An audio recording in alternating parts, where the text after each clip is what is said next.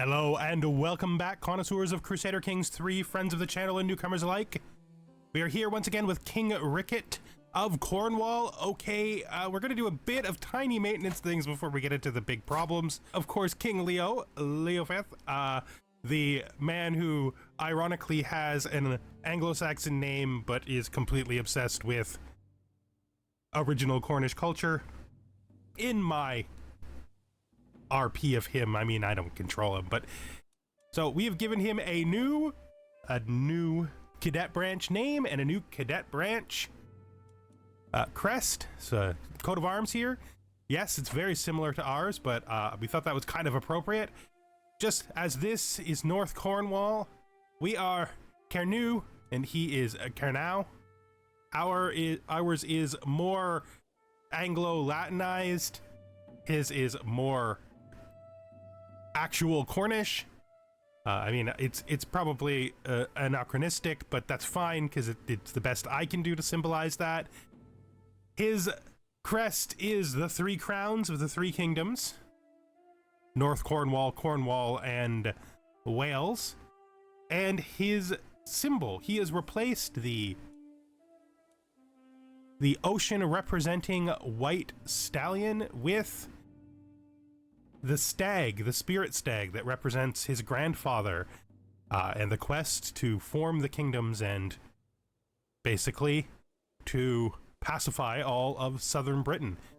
And so this is representative of his grandfather, and through his grandfather, his father. And I thought this would be good for him. So that's what his stuff is, and then we come down here. As you can see, Inud is the name of Dumnareth's house. He also has the three crowns, but just a little touch to his slightly different, slightly more egotistical perspective. He has the crown in the middle representing Wales as being a tad bigger, just a little bit bigger. It's the big crown of the three crowns to him. So that's his thing. He obviously has got this desire to take over Ireland as well. So that's a thing as well. I don't know what happened to his troops. He's literally super weak compared to us, but and completely depending on us to help him, which is not so great. Not a best idea, but some of that is because of the fact that his men-at-arms, I want to call them. Why have I lost this word? Yeah, his men-at-arms, his poor men-at-arms here have been devastatedly defeated here. They are in very bad shape, which is pretty much destroying his entire military at this time. And yeah, his is the basic way that the game makes the cadet branches is it just takes their capitals, coat of arms, and sticks it on there. So his capital is in Cerdigian, and in Cerdigian he has they have this lion, right? But we've replaced the lion from the Cerdigian symbol with the lion from the Perdane six lions. So you can see it's facing the opposite direction, because we thought that would be a pretty cool symbol for him up here. We gave it the black background because, of course, his original one had a black background, and the Perdane dynasty also has a black background. So we have those three. Those are now our symbols and our three main cadet branches. Well, there's also the cadet branch down here in the Heberth, but we're not going to do anything with her. She can just be fine. She's not important to the story. I mean, she's okay. So I'm going to unpause as he goes and travels to Europe in order to settle his mind after what can only be described as the horrible treachery of his brother. And yes, that is how I am interpreting it. In the comments, I had a conversation with a regular commenter about this. He suggested that maybe I should believe my brother because I'm trusting, and that's a good argument, but I countered that by kind of saying that he's a physical coward and he would take any threat seriously. But there's another thing that I didn't want to bring up there because I wasn't 100% sure. It's like 90% sure that his spy master wasn't just any random guy, that he was someone important. But I needed to check my notes and get to the session of recording before I verify that what I thought was true. So we're just gonna show you now. So his spy master, grand tournament, fresh start. Yes, we're basically going to this grand tournament to try to win the board game competition out of a desire to forget our problems. We'll just let that go in the background when we talk about this. So, who is Mael Corgus, the Irish Insular? Well, first of all, he's been the personal friend of Ricat for, I believe, 10 years. I was going to take scholarly circles. Well, we'll take it later. It's not that big. It's not important which order we take them in. Let's look at this. So it's not important. Oh, this guy wants to send me a gift. Yes. Thank you. We're sort of going bankrupt, so that gift will really help. He's my friend from up here someplace, I think. He's a reeve, so finding him might be a little more difficult than just clicking on stuff. I could just... Oh, we got the debt just before. So we should fix that. We should get rid of that debt debuff right away. We don't want those sticking around. Anyway, he's a reeve up here someplace. Well, I'll find him and show him to you. The guy who just gave us the money. He's this guy. Right here. So he's from here. He's been friends with us for a while. But our spy master has been friends with us for like 10 years, I think. I think we became friends with him on one of our many journeys. But before that, he was a pretty significant figure for the family anyway. He became a knight after he... You see this little symbol here? This means that he has completed inspiration for us. He became a knight after he made the chest here. Oops, that's not the right button. This one is. He made this. The last thing that our father commissioned before he died. The chest that he had built so that there would be something to remember him by for his family in the court. This is literally Odgar's chest. Odgar's cabinet, which was made by him, our spy master. Our spy master isn't just some random guy. He's actually one of the most trustworthy and important secondary characters that we almost never talk about in the court. He's been here the whole time. I picked him because he was my friend. I believe when I put him in the position, I said, oh, this knight is my friend. At the time, I didn't realize he was the guy who made the cabinet, but I do distinctly remember picking him because he was my friend. Hopefully this will get fixed pretty fast.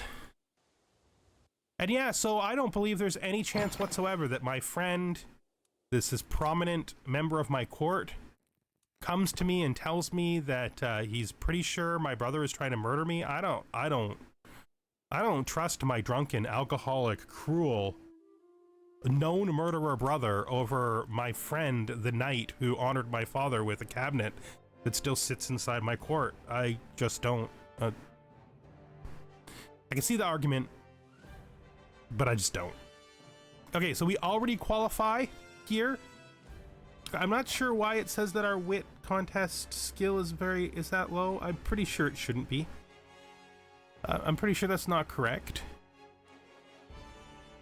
I mean, we're not that smart. It's kind of sad that we made the mistake of clicking the wrong trait, because we'd be much more smarter if we had it. But still, we're not that smart, right? Yeah.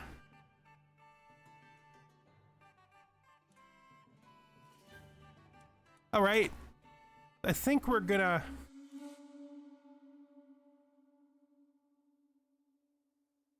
So we're gonna watch our opponents playing their practice board games, and we could do that. We can practice horse and foot.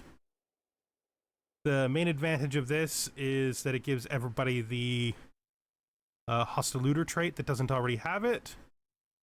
And we can also do this, which helps us with wit and bow, which are the ones we're here to do. I think we do this. Pass the trait around, you know? Anybody who doesn't have it will have it now.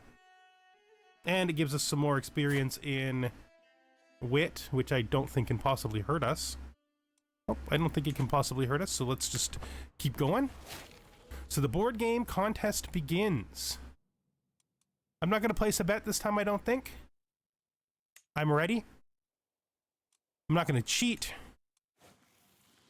So we got this event again, the one where he freaks out because he's lost. So we're going to click the "you could just have conceded," which should knock him out.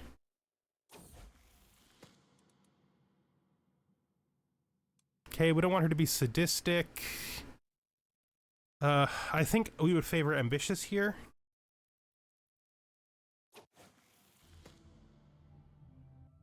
I can do this. I can definitely do this. Okay, gazing quietly at the chessboard.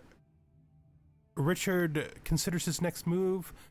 I suddenly spot it, distracted by my idle strat gazing. Okay, so we've noticed an opening that we hadn't previously seen that will make us much more likely to win. Current strategy is sound. It's a ploy. Now this is an 85% chance to increase it greatly. We're afraid of getting caught because we're craven and diligent. It will not threshold us to do this. This decreases my score. I think we do it. We are here to try to win. Oh, you seem awfully sure of yourself is usually our best choice. Perhaps it's time for a daring move. Isn't a bad option though. But I think I'm pretty sure you seem awfully sure of yourself. And there we go. We have one. We have won. Great. Board game, end game. So we have knocked out Duke Richard. And now it is the last round. Oh, geez. This is going to stress us out. We do not want to stress out. We have been overwhelmed by stress. It's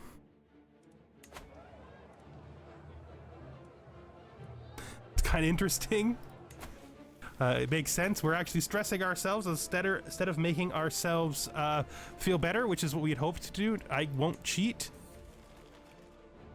Okay, I'm gonna actually just accept this for now. Maybe when we get home, we can use the money we've gained to hold a feast or a hunt. It'd be nice to do some falconry. We haven't done that in a bit. At least it feels that way. And we have won. Oh, it doesn't quite feel worth it when you stress that much out to win, though. Victory. Okay. Now that we've won, we're actually going to change this to recreation. Good, so we made some money. We gained a prize. We gained a Grandmaster.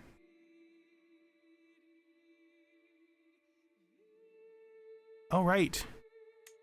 Good. We feel a little bit better. I don't know that we're going to try to qualify here.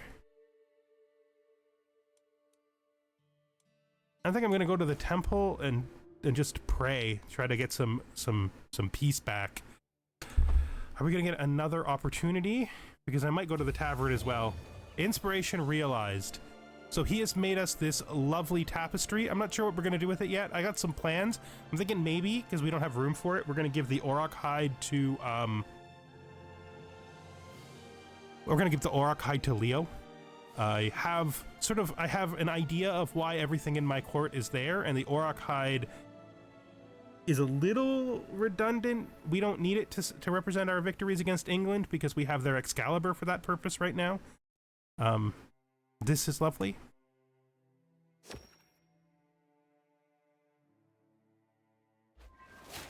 Oh, we apparently gained a valuable hostage in the war that we're not doing anything about. We will ransom her back immediately. Oh, wait, actually, we should probably check to make sure that she's not what's causing the war to be won. She isn't. She's just a valuable hostage, so let's just ransom her back. The war is being won, though, which is great, I guess. I mean, we're increasing the territory of our brother, who I don't know how I feel about right now. So he's finished his task completely? No, he's only finished the part where he removed this. Yeah, that was already there. That's nothing new. So we do want to probably disband while we still can. They'll threshold that 100% hopefully quickly, And let's see if there's something. So this is the village. The village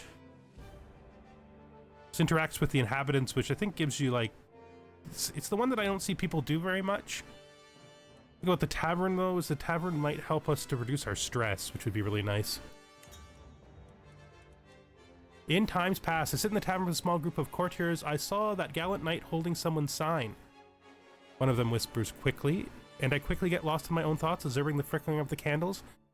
As I take a sip of wine, I reminisce about the time when I got married to Queen Helga in a grand wedding, broadly smiling. Do you want to hear a real story? I said, turning to my companions.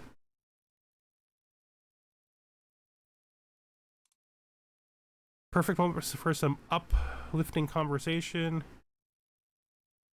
No. We're just gonna tell our story in a relaxing way that busts off our overstress. That's nice. That makes the situation a whole lot better. So our situation has definitely improved. We are no longer overwhelmed by stress. We're probably not going to qualify for the archery, but I don't actually want to do the archery anyway because I'm just not good enough at prowess. And we have won, which we expected. Dumnarth the Cruel has gained a big portion of southern Ireland, and we have to decide what we're going to do about it. So somehow we did, in fact, qualify. I didn't expect we would. You want to bet on the underdog? I mean, we have the money to afford. Duke Richard is the safe bet. This count. I'm gonna bet on the safe bet. The sermon. I am probably gonna concede the first time it gives me the stress or concede option. So this will make him ambitious as well. Okay, that's good because I don't have the stress to hand that over to him.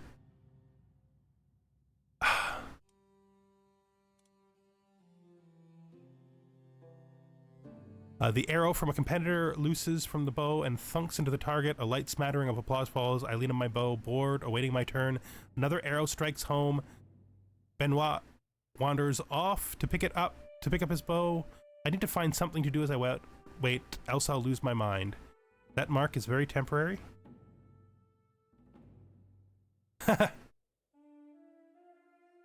I'll wander off and chat to the crowd. That's interesting.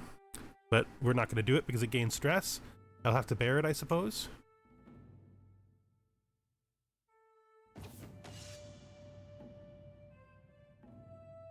Okay, actually it wasn't my turn yet, was it? Okay, we'll do the diplomacy challenge. We're actually doing relatively well. And because this isn't individual parts, I forgot this isn't an individual part contest. This is all at once. So I can't just concede. So I guess we're just in it. I'm one with my bow. Not a good chance there. Prowess and intrigue. I guess prowess and learning is our best shot. 60% chance to increase moderately. One last knock. Yeah, there was no chance we were gonna.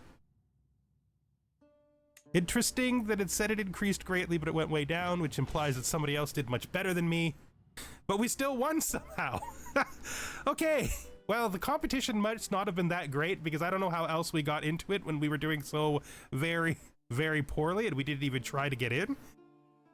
I lost my wager because I won, but I gained the money, so yeah. Grand tournament prize. I won. I actually won. Wow. Wow, I don't think this makes us feel better at all, but, you know, no, we left with more stress than we came with. That's absolutely the case. So we have become the owner of a prized goblet. Okay. And a prized necklace. Okay. All right. Okay. I think we did well. I mean, I think we did exceptionally well. It was a very unexpected outcome, to be clear. I did not expect to win both competitions, and I certainly didn't expect to even qualify for the archery. All right, so we're heading home. A double victor. Gonna think about these new items that we got in here. This prize necklace, I think we'll give to our eldest son. We'll give him the prize necklace. Right there. We're gonna go to our second son. And we're gonna give him the prize goblet. You can't really do much with it, but that's fine. I think we're also gonna destroy our old Pilgrim's Guide that we don't really use for anything. We could be walking while we do this. So we'll just destroy this. And then let's just look in here and look at this and compare it to our new object. I don't think there are two of these. Nope, I don't think there are two of these because we gave one of them away. We have this tapestry. This tapestry gives us 1.2 renown per month, percentage of monthly renown in court grandeur, and this gives us prestige, same amount of route. I think we're gonna do it. Even though this is not strictly speaking as good as this, I think our brother would appreciate the auroch hide more than the tapestry, although it is a symbolic of our family bond, so I could be wrong about that. I could be misjudging him, but it is my judgment whether we misjudge him or not. We never restored his inheritance? Oh, geez, I was supposed to do that forever ago, and I literally just forgot about it. I'm sorry, I should have done that forever ago, man. My bad. Not that it really matters for anything unless I die. And all my children die. Or your brother dies. I know I would inherit from him, so let's see. We want to give him an artifact, right? We want to give him the wild auroch's hide. That's his now. Lowly delicacy. So the last time it was empanadas, of course, because I was in Spain, which I didn't realize because I'm so used to this being stew. This time it's stew. We're gonna test our luck with the stew, see if we can get a good meal. A good meal. Yes, we have been brave about the stew, and it's done nothing except support us and help us out every single time. So we do not believe in these guys, but we could use the now that being said, we could invite him to our court. I don't think we would have any use for him whatsoever, but we like the idea because we're a wise man. And I don't have a good reason not to invite him to my court, and I can use the stress down, so we will invite him to our court. He can come along. You know, I don't believe in omens anymore, but I do understand the value of a wise man. I did not put the check mark on this, which means I probably missed the last time this became available.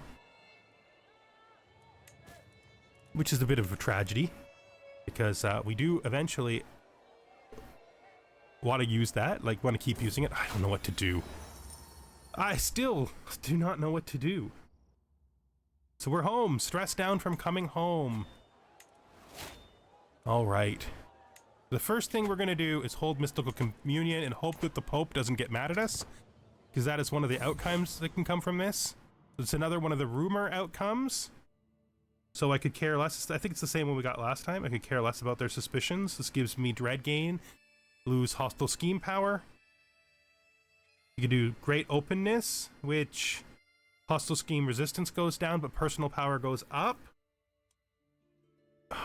I think we would do this because it more matches our personality, in spite of the fact that that scheme power going up really is scary. So we'll put that in. The Pope still hasn't called us out on it, which is really great. All right. And she brought money. Oh, wait. What happened to the kid? Oh, this might be the perfect time to hold my tour. Everyone's home. Let's hold the tour. We're gonna hold the tour. Okay. Okay, we're still, I know, we're putting off the decision. But the thing is, we haven't talked about one of the main reasons why I'm putting this decision off. And that is, we were working so hard to get our prestige up. We had a really good shot of becoming a living legend. And when we break our treaty with our brother, we're gonna crash this a whole level. We're not gonna get back up there. We're gonna drop from full nearly exalted among men to like part way towards illustrious. If we threshold to exalted among men first, we might be able to recover from that. I know this sounds like a selfish reason not to do it, but I think it needs to be considered that his entire purpose has been to spread like the fame of his family throughout the world. And if he declares war on his own brother, he's going to be the one causing his family to look defamed, in spite of the fact his reason is good. And that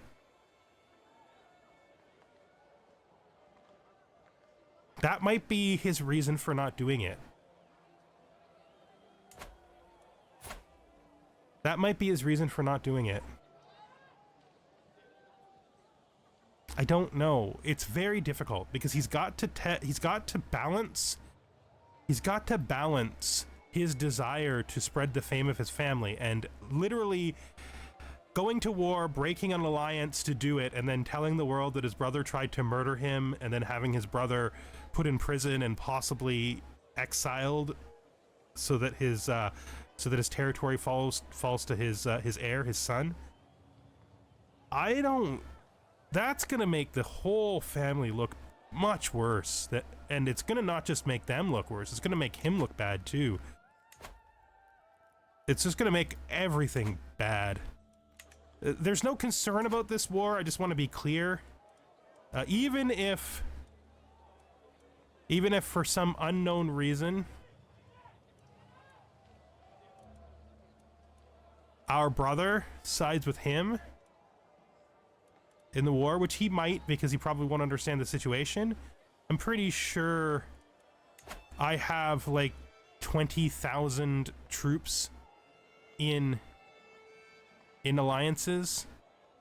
Yeah, I have insane alliances. Even if you subtract my brother from that, and you assume I can't call in Brittany, I have 20,000 troops that could probably join me. And I have nearly as many troops as he does, even if both of his allies do join. So this war is not a problem from the winning standpoint. It's a problem from the, will I publicly defame my family's name in order to make myself feel safer after finding out that my brother tried to murder me? That is... I did not mean to raise these. Why did I raise these? What happened here? I don't know what I did there. That's very weird. Oh, I pushed the raise all button, of course. I thought that was the one that makes them go away. Anyway, let's just keep going, okay? We have to think about this hard. There's so much to think about. Our stress is down low enough that we probably don't need a hunt. A grand tournament might be interesting. Like... grand tournaments are super, super expensive.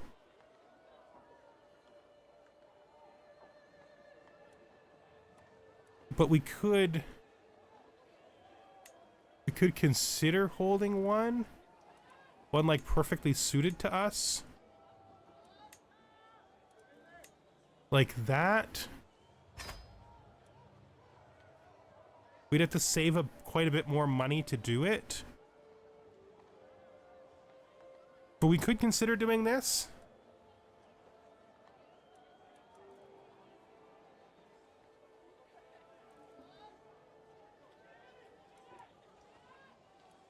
Now that we've started to enjoy doing the whole tournament thing. No. No. No. Our character is not a person who holds tournaments when he wants to stress down after learning terrible things and not being able to make a hard decision. He's the kind of man who goes on a pilgrimage.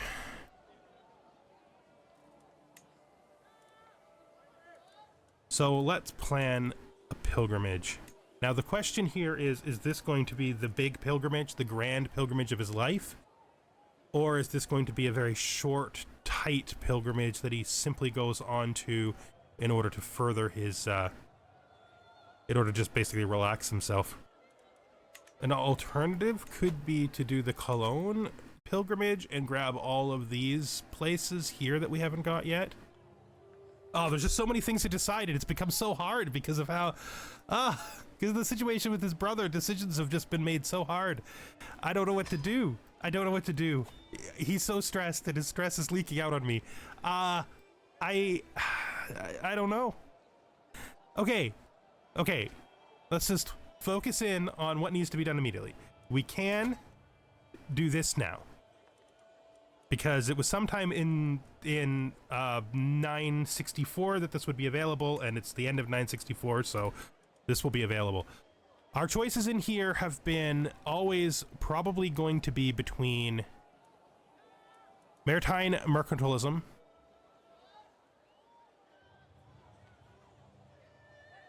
which could be pretty good. If we could have got it sooner, it would have been better.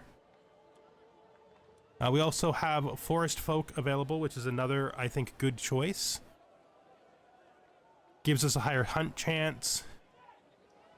Gives us development growth in forest and taiga. Another possibility I was thinking of is family business, simply because we've been a very family-oriented playthrough. We haven't had a tendency to put close... Well, we have had some close family members in positions, which could be good. It could actually make it easier for us to put our children into court positions, counselor tasks, simply because it will make them slightly better at it. I'm having such a hard time deciding. And it's literally cost 5 minutes. Oh my god. This is gonna so be cut. I'm gonna be cutting by going over this. Okay, listen. The theme of this game has been learning and knowledge. And there's not a lot of opportunities you have to take an extremely good, kind of aligned with the whole theory of the game, high, very expensive, renowned tradition. Because usually these traditions are out of reach, but he has so much renown that he can actually do this. I just think this really fits us. I think this fits our family, and it fits the theme of the game, and it fits everything that we've done so far. I think this is probably very representative of us. So we're gonna do it. We're gonna take philosopher culture. It's what I would call the it is the wild card choice, but we're gonna take it because I think that it's right. I think all of them were right, but I think it is right now. A lot of the other ones would probably happen if the game continued.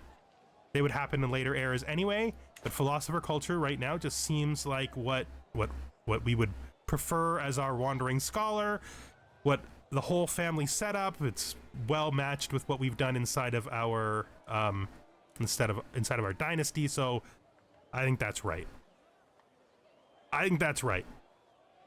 And having said that, just before we end this episode, I am going to set up a falconry hunt that we're going to do next time. Falconry hunt. I think down here is probably best. Yep, forest hunting grounds in my wife's territory. We can get there safely. Yep, not even danger in the final place. We don't need to add anything over here. We're going to make it intimate. But we'll take a reason. No, we're going to make it intimate, I think. Is there anyone that we want to befriend? We could try to befriend the Duke of Wessex. Oh, I've only been playing for a year. This is going to be the slowest episode yet. I'm just having so much trouble. It's just such a big thing to have happen. My brother betrayed me. It tried to have me murdered last episode, and I'm flustered. But let's do this. Let's do this hunt. No. He's so stressed. He's so stressed. No. I'm gonna confirm this. I'm gonna cancel that. Let's manage our guests here. Let's go to extended family. See if there's anybody in our close family and extended family that would be interesting to invite, who won't naturally show up to a small one on their own. I think I figured it out. I think I figured out what Ricat would do about this. I think he would try to fix it. I think we're going to hold some events where we try to get him to come and do befriend schemes in those events. And if we become friends with him, we will consider that to be symbolic of us convincing him of the error of his ways. And if we do not become friends, then we will go to war. I think that's the solution. I think we're going to try to fix it. If we can befriend him, then we will know that we no longer have to worry about him killing us. And with that, we're going to bring this episode to an end. Thank you very much for watching, and I hope to see you the next time we are here with King Ricat of Cornwall, where hopefully we will fit in more than a single year of gameplay. Goodbye for now.